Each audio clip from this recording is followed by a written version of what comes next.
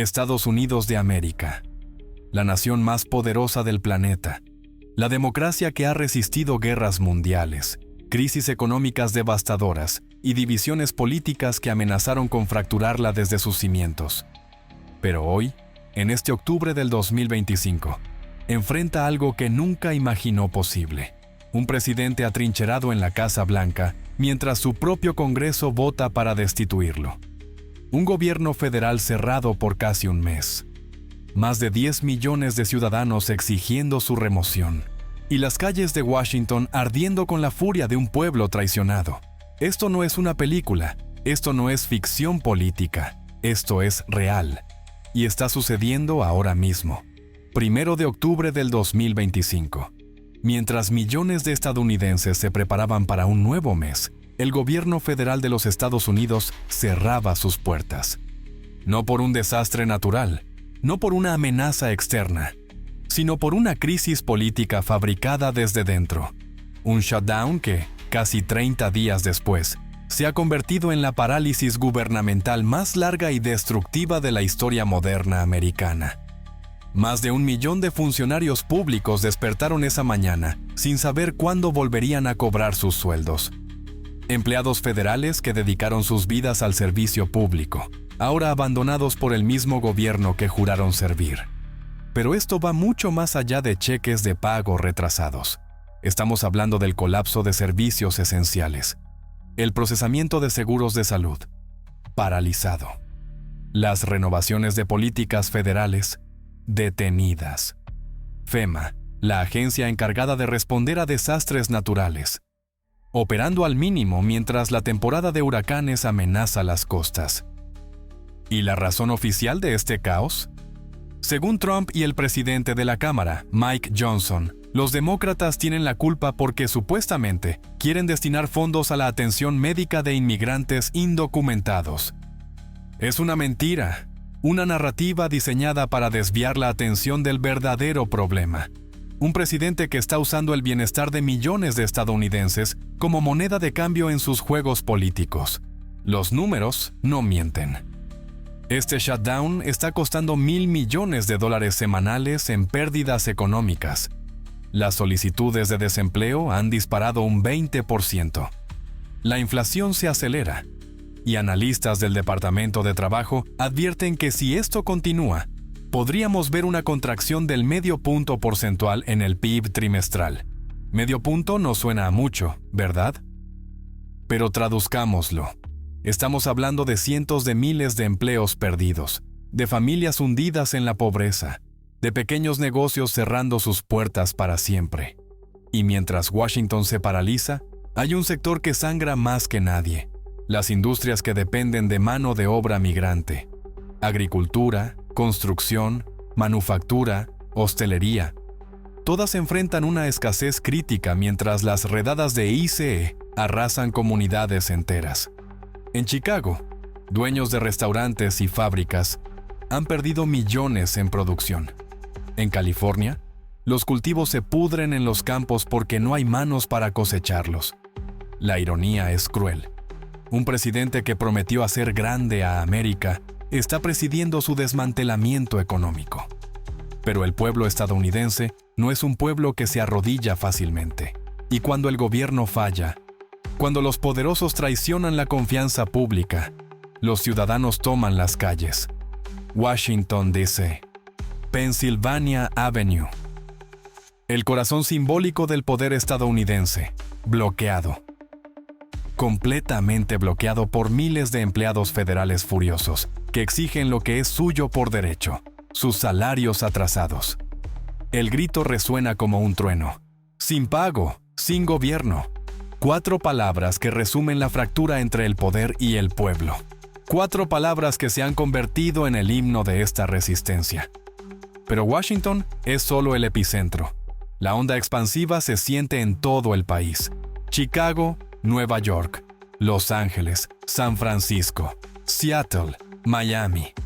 En cada ciudad, en cada esquina, el pueblo estadounidense alza su voz.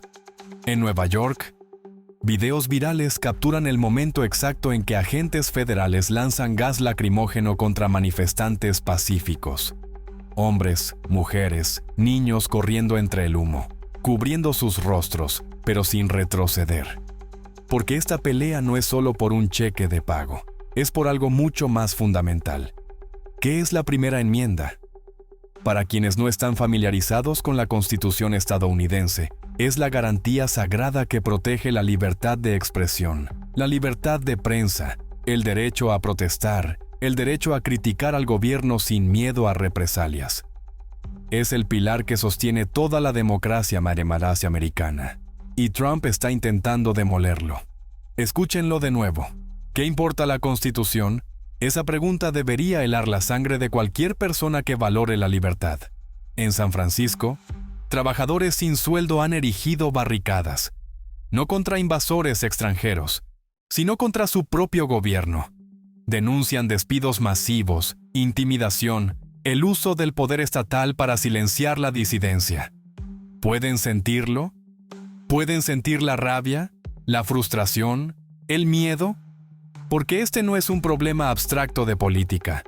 Son vidas reales, familias reales, personas que pagaron sus impuestos, siguieron las reglas, creyeron en el sistema, y el sistema les falló. Pero en medio del caos, algo extraordinario comenzó a gestarse. Un movimiento que nadie vio venir, una ola de indignación tan masiva que ni siquiera Trump, con todo su poder, pudo ignorarla. Septiembre del 2025. Una organización llamada Free Speech for People lanza una petición exigiendo la remoción inmediata de Donald Trump. Su meta inicial, 1 millón de firmas. La alcanzaron en 2 semanas. Pero no se detuvieron ahí, porque la furia del pueblo estadounidense no conoce límites cuando su democracia está en juego. Una semana después, 3 millones. 2 semanas más, 5 millones. Y cuando el Congreso finalmente decidió actuar, el número había explotado. Más de 10 millones de ciudadanos estadounidenses habían firmado la petición. 10 millones de voces diciéndole a Washington, ya basta. Y esta vez, Washington escuchó. Miércoles por la tarde. La Cámara de Representantes, controlada irónicamente por una mayoría republicana, vota para avanzar con artículos de impeachment contra Donald Trump. No 1, no 2. Más de 30 cargos graves. Violaciones a la primera enmienda, abuso de poder, corrupción, obstrucción a la justicia. La lista es tan larga que parece sacada de una novela de crimen político. Pero no es ficción. Es el resultado de meses de investigación, de testimonios bajo juramento, de pruebas documentadas. Guerra a la primera enmienda. Déjenme repetirlo porque esas palabras no deben pasar desapercibidas. Un presidente estadounidense acusado formalmente de declarar la guerra contra la libertad de expresión, contra el derecho más fundamental de cualquier democracia. Los padres fundadores advirtieron sobre este peligro. Jefferson, Madison, Washington. Todos escribieron sobre el riesgo de que un líder se convirtiera en tirano. Por eso diseñaron la Constitución con controles y equilibrios. Por eso incluyeron el mecanismo del impeachment. Y ahora, 250 años después, ese mecanismo se activa nuevamente. Porque Donald Trump no es el primer presidente acusado, es el tercero en enfrentar un impeachment. Pero hay una diferencia crucial esta vez. Esta vez, incluso republicanos están considerando abandonarlo. Durante años, el Partido Republicano se mantuvo monolítico detrás de Trump.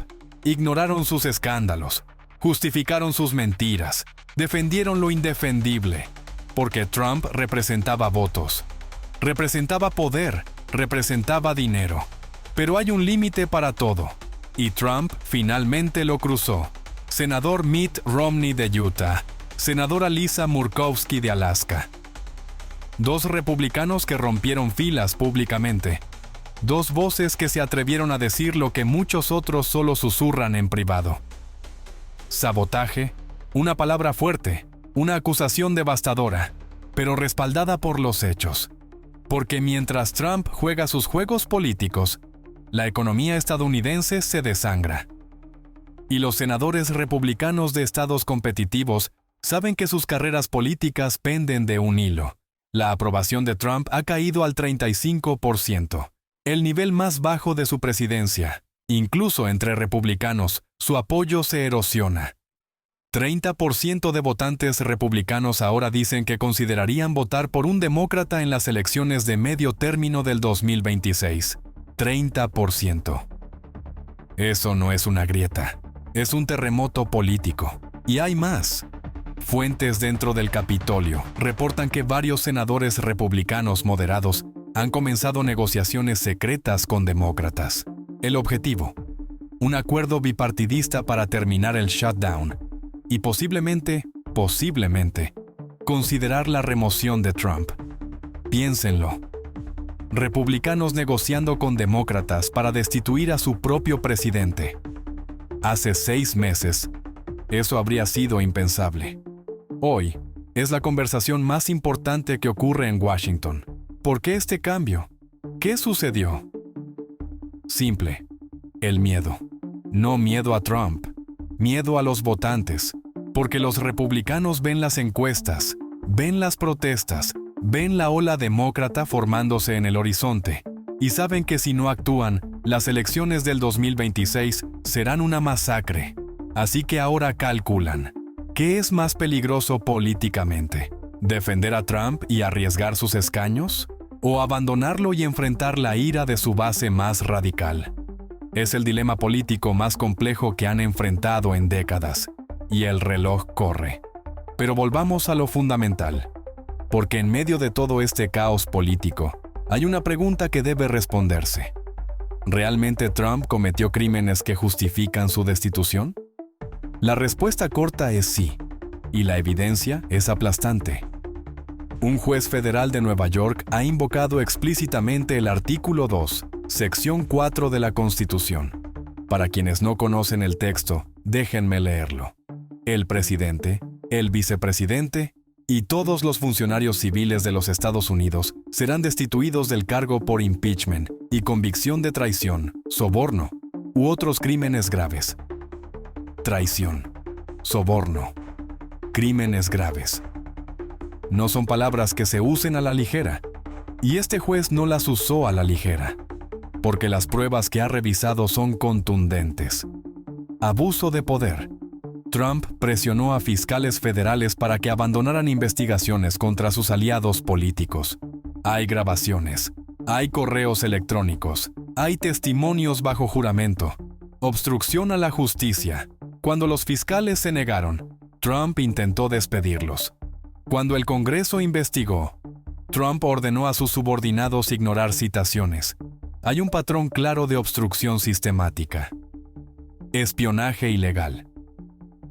Nuevos informes revelan que la administración de Trump utilizó agencias de inteligencia para vigilar a periodistas críticos y opositores políticos, sin órdenes judiciales, sin supervisión, en violación directa de la Cuarta Enmienda. Y quizás lo más grave, violación de la Primera Enmienda. Trump ha atacado públicamente a medios de comunicación, ha amenazado con revocar licencias de transmisión, ha usado el poder del Estado para intimidar a críticos. Autocracia, no democracia. Autocracia. Un gobierno donde una persona concentra todo el poder y lo usa sin restricción. Eso es lo que 3 profesores de Derecho Constitucional dijeron bajo juramento ante el Congreso. Y no son partidistas radicales, son académicos respetados. Profesores de Harvard, Yale, Stanford, expertos que han dedicado sus vidas a estudiar la Constitución, y todos llegaron a la misma conclusión. Trump debe ser destituido para proteger la democracia. Pero aquí está la parte más inquietante. El juez también señaló que esta cláusula constitucional no se limita al presidente, se aplica a todos los funcionarios civiles, lo que significa que aliados clave de Trump podrían enfrentar cargos similares. La fiscal general Pam Bondi, el senador Marco Rubio, otros miembros del círculo íntimo de Trump. Todos podrían ser investigados por su rol en políticas controvertidas, la represión de protestas, la manipulación de fondos federales durante el shutdown, corrupción sistémica Estamos hablando potencialmente de la purga más grande de funcionarios gubernamentales en la historia moderna estadounidense. No porque un partido político quiera venganza, sino porque el sistema de justicia finalmente está funcionando. Pero aquí está el problema: el tiempo. Porque Trump no es un político normal. Es un maestro de la manipulación legal. Un experto en retrasar procesos judiciales con apelaciones interminables y recursos legales. Y los demócratas lo saben. Esa frase resume todo. Un impeachment express. Los medios estadounidenses ya lo llaman así. Y con razón, porque los demócratas están tratando de completar todo el proceso en semanas, no meses. Quieren votar antes de que Trump pueda maniobrar con su ejército de abogados. Es una carrera contra el tiempo. Cada día que Trump permanece en el cargo, más daño causa, más funcionarios despedidos, más fondos federales manipulados, más instituciones democráticas erosionadas. La representante demócrata Ezra Zendar ha forzado una votación en la Cámara sobre los artículos de juicio político. Su mensaje es claro: presidente autoritario. Ahí está esa palabra de nuevo. Y cada vez resuena con más fuerza porque cada vez se siente más verdadera. Mientras tanto, Trump se atrinchera. Desde la Casa Blanca, lanza ataques furiosos en redes sociales. Llama al impeachment una casa de brujas. Culpa a los demócratas, culpa a los medios, culpa a la élite corrupta de Washington. Pero hay algo que Trump no puede culpar: los hechos. Y los hechos son implacables. Se ha filtrado que el informe final del Comité de Ética y Justicia está listo. Ese documento, elaborado durante meses con testimonios de docenas de testigos, define si los artículos de impeachment avanzan al Pleno del Congreso. Fuentes que han revisado el informe dicen que es devastador. Páginas y páginas de evidencia documentada, conversaciones grabadas, correos internos, testimonios que detallan un patrón sistemático de abuso de poder. Si ese informe se hace público, es el fin de Trump. Y lo sabe. Pero zoom out por un momento. Alejémonos de los pasillos del poder. Alejémonos de las peleas políticas y las maniobras legales. Y miremos el panorama completo. Estados Unidos está al borde del abismo. No es hipérbole. No es exageración partidista. Es la cruda realidad que viven 330 millones de estadounidenses en este momento. La economía se contrae. El desempleo explota. La inflación devora los ahorros de familias trabajadoras. Servicios esenciales están paralizados. Y todo mientras el gobierno, el maldito gobierno que debería proteger a su pueblo, está cerrado porque los políticos no pueden ponerse de acuerdo. ¿Saben cuántas personas han sido arrestadas en las protestas hasta ahora? Más de 500. 500 ciudadanos estadounidenses arrestados por ejercer su derecho constitucional a protestar. Padres, madres, estudiantes, veteranos, personas que solo quieren que su gobierno funcione. Y aquí está la parte que rompe el corazón. Muchos de ellos son empleados federales, personas que dedicaron sus vidas al servicio público, que creyeron en el sistema, y ahora el sistema los ha abandonado. Así que salen a las calles, arriesgan sus empleos, arriesgan su seguridad, porque ¿qué más les queda?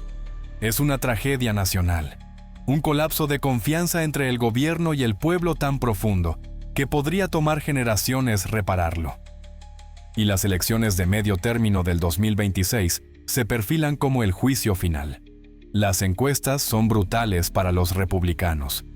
Proyecciones actuales sugieren que los demócratas podrían ganar suficientes escaños para tener supermayorías en ambas cámaras del Congreso. Una supermayoría significa poder absoluto. Significa la capacidad de aprobar cualquier legislación sin necesidad de negociar. Significa que podrían aprobar reformas constitucionales. Expansión de la Corte Suprema. Límites presidenciales más estrictos. Significa un rediseño completo del poder político estadounidense. Y todo porque Trump empujó al país demasiado lejos. Entonces, aquí estamos, en la encrucijada, y hay solo dos caminos posibles. Opción 1, Trump renuncia. Sería sin precedentes. Ningún presidente ha renunciado excepto Richard Nixon en 1974. Pero Trump no es Nixon. Nixon tuvo la decencia de irse cuando el impeachment era inevitable. ¿Trump? Trump prometió que nunca se rendiría, pero la presión es insoportable. Su propio partido lo está abandonando. Las encuestas son desastrosas. La evidencia en su contra es aplastante, y cada día que permanece en el cargo, más daño causa a su legado y a cualquier esperanza de futuro político. Una renuncia le permitiría controlar la narrativa. Podría presentarlo como una decisión heroica para salvar al país de la división. Podría negociar inmunidad para él y sus aliados. Podría retirarse con algo de dignidad intacta. ¿Pero lo hará? Probablemente no. Lo que nos lleva a la opción 2, el juicio político completo. Si la Cámara aprueba los artículos de impeachment, y todo indica que lo hará, el caso pasa al Senado para juicio. Allí, 100 senadores actúan como jurado. Se necesitan 67 votos para condenar y remover al presidente. Los demócratas tienen 51. Necesitan 16 republicanos. Hace un mes, eso habría sido imposible. Hoy, es plausible. No probable, pero plausible. Porque aquí está la realidad. Si el informe del Comité de Ética es tan devastador como se rumorea, si las pruebas son tan contundentes como sugieren las filtraciones, algunos senadores republicanos no tendrán otra opción. Votar para proteger a Trump significaría suicidio político. Y al final, los políticos siempre eligen su supervivencia. Estados Unidos está viviendo su momento definitorio. No desde afuera, no por amenazas extranjeras o desastres naturales, sino desde adentro. Por las acciones de un hombre que juró proteger la Constitución y, en cambio, intentó destruirla. La historia juzgará este momento. Juzgará a Trump por sus acciones. Juzgará al Congreso por su respuesta. Juzgará al pueblo estadounidense por su resistencia. 10 millones de firmas. Cientos de miles en las calles. Un gobierno paralizado. Una economía al borde del colapso. Y un Congreso finalmente, actuando para defender la democracia. Esto no es el final de la historia, es el principio del fin, o el fin del principio. Depende de lo que suceda en las próximas semanas.